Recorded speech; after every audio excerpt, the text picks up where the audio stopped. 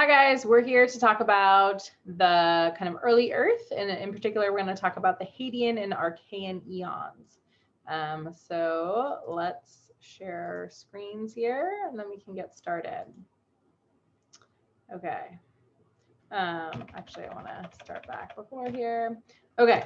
So first of all, as we're going to be going through now the history of Earth, I want to kind of refresh us on this geologic time scale.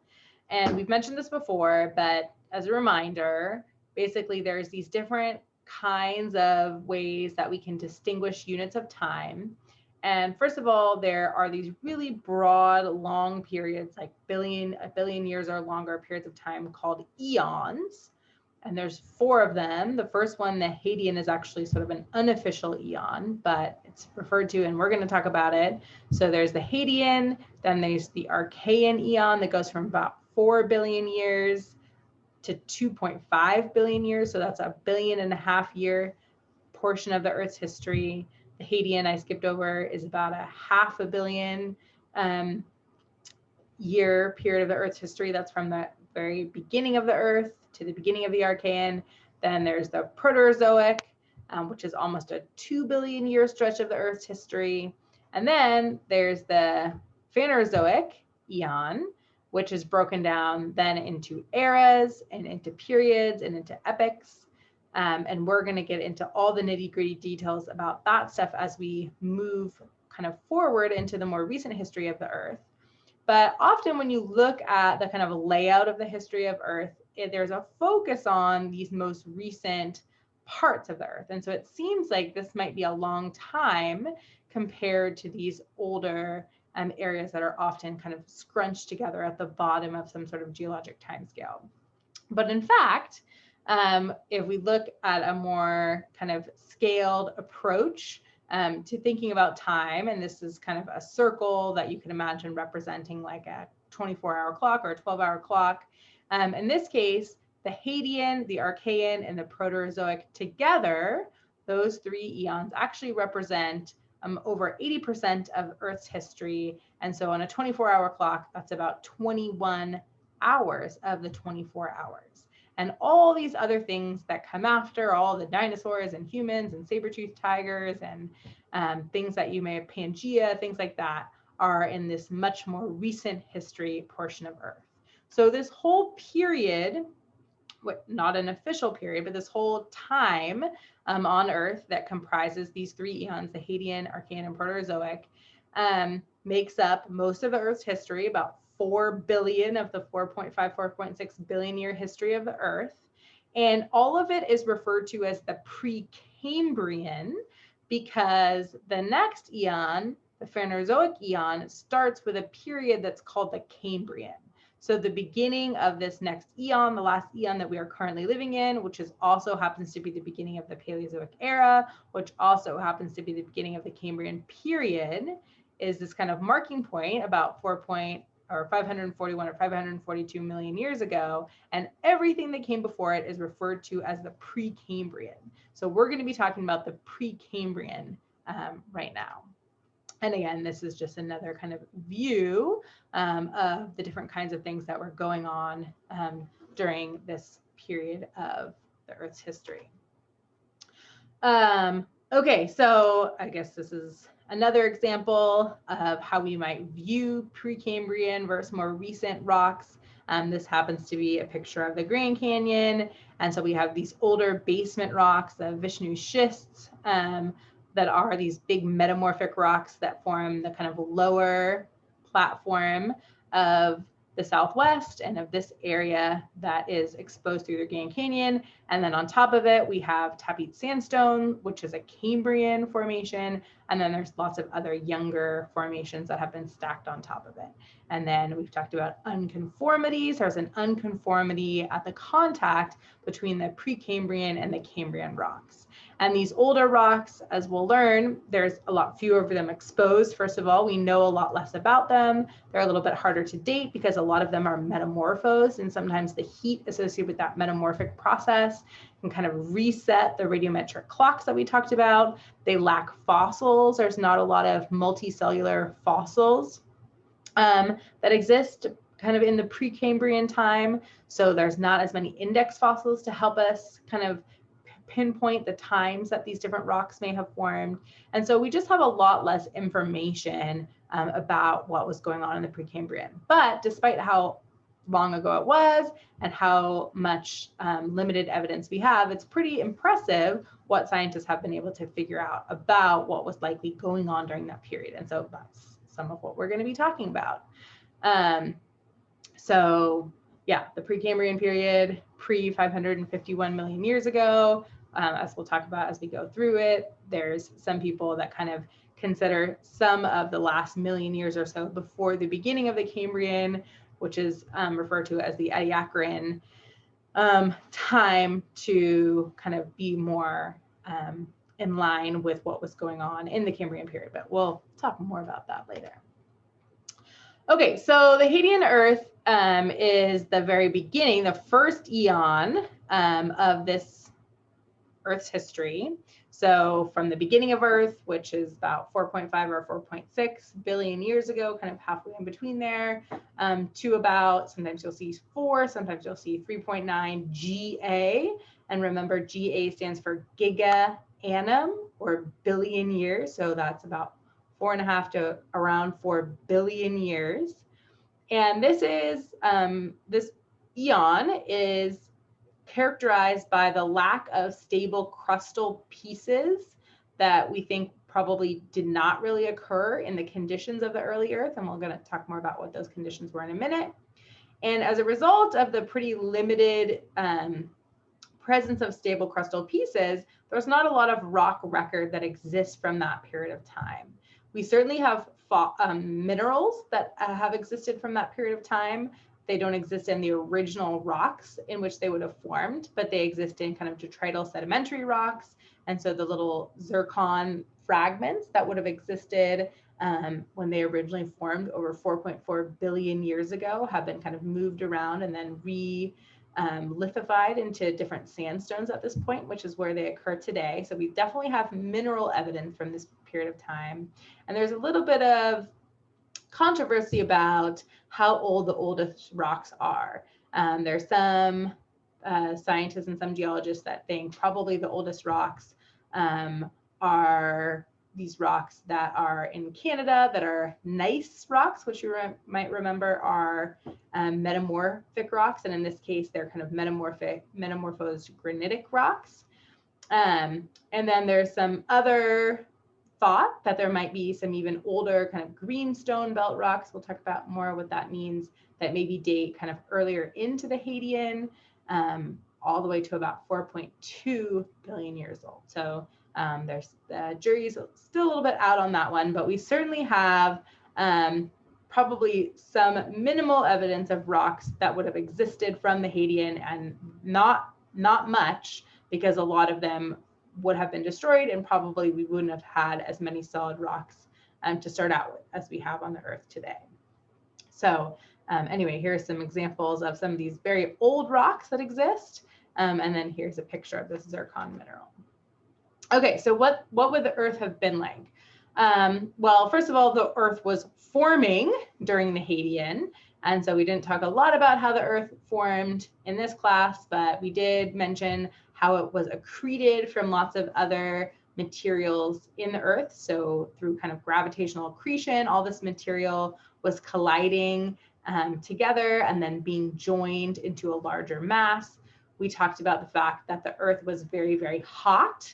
And as such, it would have started to differentiate, because all the material would have been melted. And so it would have been fluid and was allowed to kind of flow past each other. And so the materials with the highest mass would have felt the most gravitational pull and would have been pulled towards the center to form the core. And then the middle layer is the mantle, and then the lightest weight or lowest mass elements would have been left on the outside as the crust. So that was a process that was starting to occur as the Earth was still very hot, but cooling down during the Hadean period. We also hypothesized that the moon formed during this period of time. The best understanding we have of the moon's formation is that the Earth collided with a kind of a Mars-sized other early planet that was destroyed in the collision, and a lot of debris from the Earth's early crust and from this other planetoid was kind of scattered up into the area around the Earth, and then was kind of accreted together to form this other ball that is now the Earth's moon. And originally that moon was a lot closer to the Earth. And so when you see pictures kind of theorizing about how the Earth might have looked during the Hadean, often there's this kind of huge moonscape in the background. And so that's what that was referring to. And we think that process happened very early, about 4.5 billion years ago, based on some of the moon rocks that we have. Also having to do with the kind of close proximity of the moon, the rotation of the Earth was actually faster and it's been slowing down. Let me remember, I think it's about 10 hours, they say, or quite a bit faster that it used to take the Earth to rotate on its axis compared to 24 hours today. Other important things that were happening during the Hadean were the accumulation of water as the Earth was starting to cool down over this period. And we'll talk more about that later. And then another really important occurrence was something that's referred to as the late heavy bombardment. So this was a period of time that kind of marks the end of the Hadean and the beginning of the Archean, where there was this accelerated rate of lots of bombardment of the Earth's surface by different meteorites and comets. And so that's kind of from the end, again, of the Hadean, about 4.1, into the beginning of the Archean, about 3.8 billion years ago. And this heavy bombardment of all this material probably served to kind of break apart and destroy many of the crustal rocks that may have started to form during this period of time as the Earth was starting to cool down. In general, the Earth was very hot at this time, as we've already mentioned. That kind of facilitated this differentiation process that occurred. And it was hot because there was more rapid radioactive decay occurring of radioactive elements at this time in the Earth's history, and that's something that releases energy. So that was something that resulted in a hotter Earth than we have today. There was also lots of just energy from all the kind of kinetic energy that these different accreting pieces that form the Earth contained as they slammed together. And so this energy has been dissipating out into space ever since the Earth was formed, and the Earth has been cooling down since that period. But because the Earth was so hot, I kind of changed some of the processes that we've had. So first of all, there wasn't as much rocky material because a lot of this material was hotter. As the Earth cooled throughout this period, we do think it was forming during this time. And we certainly know, as we said, that we have minerals that absolutely do date to this time. And we know minerals have to be solid to be minerals. That's part of the mineral definition. So there must have been some solid pieces. But we think one of the impacts of this as this kind of surface volcanism was occurring, as these kind of crustal rocks were starting to form and hot material from below was starting to kind of bubble up through them, that there was a lot more extensive lava flow of ultramafic rocks. So when we talked about some basic rocks, we talked about things like basalt that have high content of metals like magnesium and iron and low silica content, and we called those mafic. And then we talked about even other rocks like peridotite that we said are ultramafic. They have even less silica and even more concentration of heavy elements. So there's not a lot of places where we have ultramafic lava that flows out of volcanoes today. That's an extremely unusual thing to have happen. But in this early Earth's history, the extreme heat allowed for that process to happen more easily. So there was more of that kind of volcanic activity happening, which led to the formation of some different kinds of greenstones and stuff that we'll talk about in a minute. Okay, so as the Earth kind of continued to cool and then kind of moved out of that period called the late heavy bombardment that we discussed, we transition out of the Hadean Eon and into the Archean Eon. And again, the Archean Eon is characterized by slightly cooler temperatures that allow for the formation of crustal rocks. So while the Hadean Eon had pretty limited crustal rocky material and almost no remnants of that crusty rocky material, the Archean starts to form much more crust as the Earth cools. And so we start to form these small microplates. And this occurs as, first of all, the surface material just cools down and forms rocks. And then also as we have the separation of continental versus oceanic crust. And so a lot of this has to do or results from volcanic processes, and volcanic processes often separate out different kinds of minerals. And there's a process called partial melting that I don't think we've talked a lot about in here.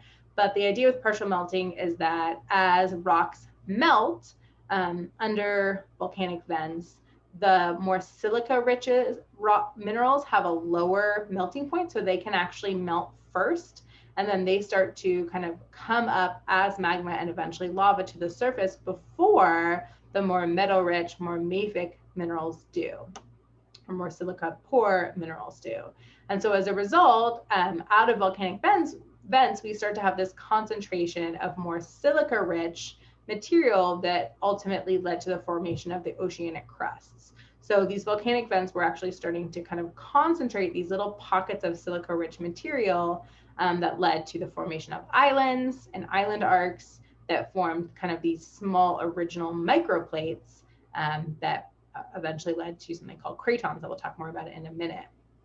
So especially in the later Archean, there was a major granite building period, and we know granite is something that forms not through volcanic eruptions, but underneath volcanoes in the magma chambers. So that illustrates that there was a lot of volcanic activity here. And by the end of the Archean, by about 2.5 billion years ago, much of the continental material that still exists today was already formed.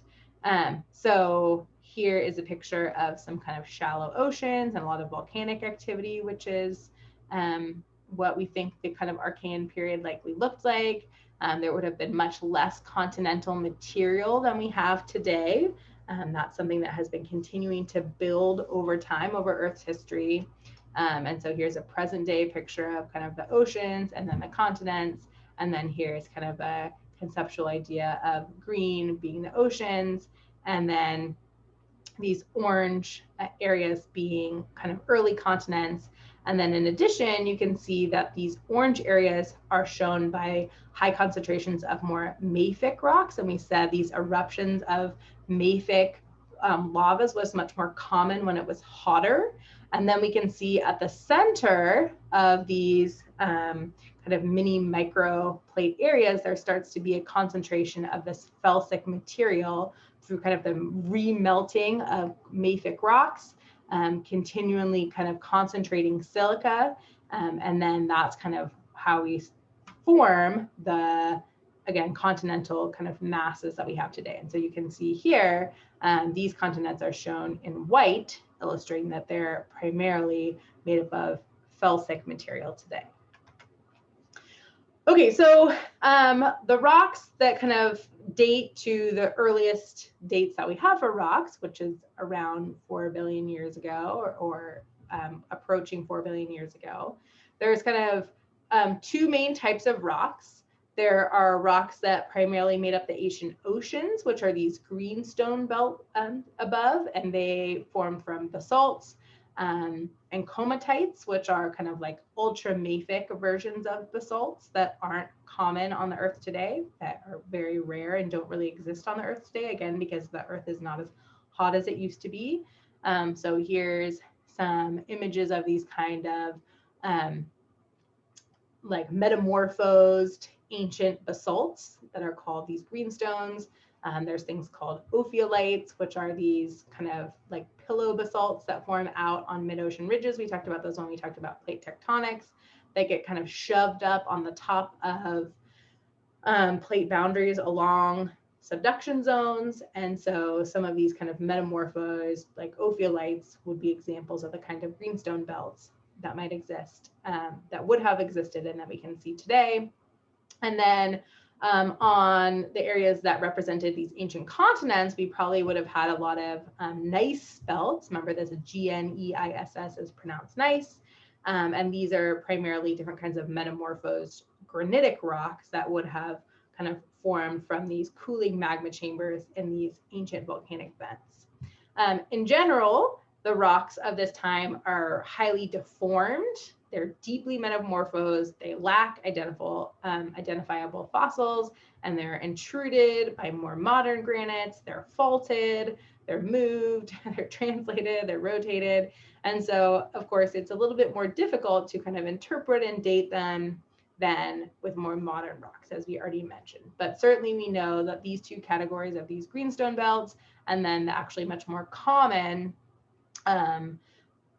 gneissic belts, gneissic granitic belts, are kind of the categories of these really old rocks that we have in existence today. So as these rocks started to form on the cooling Earth's surface and around these volcanic vents, we started to form these early microplanets or protocontinents. And today, there's actually lots of remnants of these kind of protocontinents, and we refer to them as cratons. And cratons are basically these kind of like old, very old pieces of continental masses, and they're surrounded by younger rocks that have been accreted onto the continents over time. But we can see shields. The shields are the areas of the cratons that are currently exposed through erosion and isostatic rebound. And then there's also platforms, which are parts of the cratons that are kind of currently buried by other younger rocks.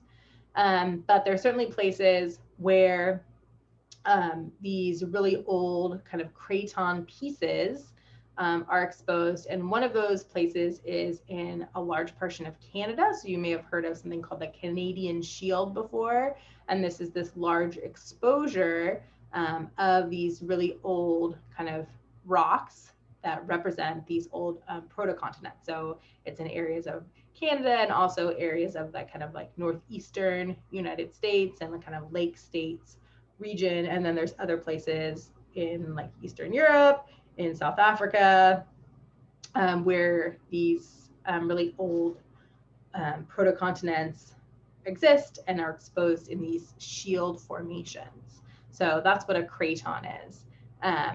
And again, by the end of the Archean, a pretty good portion of the continental mass that exists today had formed as part of one of these cratons.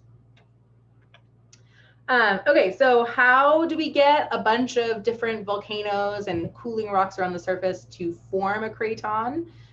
Well, there's a variety of ways that this happens. One process that I mentioned already is called partial melting. So remember, partial melting is this process where as a rock melts, those minerals within the rock with high silica content, those are called the felsic minerals, they start to melt more quickly than the low silica content minerals called the mafic minerals. And so in this is supposed to represent like a magnified version of a rock looking at these different mineral crystals, and these kind of gray mineral crystals are melting out first. And so as a result, the magma or the melt or the lava that forms is originally much higher in this content of the silica rich material than in really, really hot magmas. So through this partial melting, we started to have kind of the eruptions of volcanoes that were melting these rocks that were forming. And each time a rock is melted and remelted and remelted, it continues to experience this partial melting process and starts to become more and more felsic over time, which is why we started to build up these continental kind of felsic pieces. So that's an important process. And then down here, there's these different kind of pieces of continental material, and then they are connected by these light blue or gray pieces, which represent kind of more oceanic rocky material, which is more mafic or ultramafic in character. And as these oceanic pieces are subducting underneath the continental pieces, which we talked about before, what happens is they pull other continental pieces along with them, and then these continental pieces are slammed up against each other and they become accreted or they become stuck together. So you can see in this particular case, how this yellow, this kind of marigold, and this pink area that used to be separated by oceans have been accreted together, not to mention this white area representing current day northern China was kind of accreted together to form the modern day kind of mega continental piece of Asia, or the Eurasian plate. And then you can see there's these other Lhasa terrain and Indian subcontinents, which have also, they weren't during the Jurassic, but have today accreted onto this large Eurasian continent as well. So that's accretion. And then underplanting is another process where, as volcanic activity is kind of causing magma intrusions into a continent, there's kind of an addition of material that was being subducted. So this particularly happens along subduction zones, but you can imagine there's this plate here, for instance, that's this oceanic material that's subducting below, this pink terrain here. And as it does that, it starts to melt, and then it starts to bubble up into the terrain. And so it kind of adds material onto this landmass from below, and that's called underplanting. So all these three processes are kind of working together to build up the continental material that we have today. So the Earth has been continually building continental material from the time of its origin. Okay, that's a good stopping point.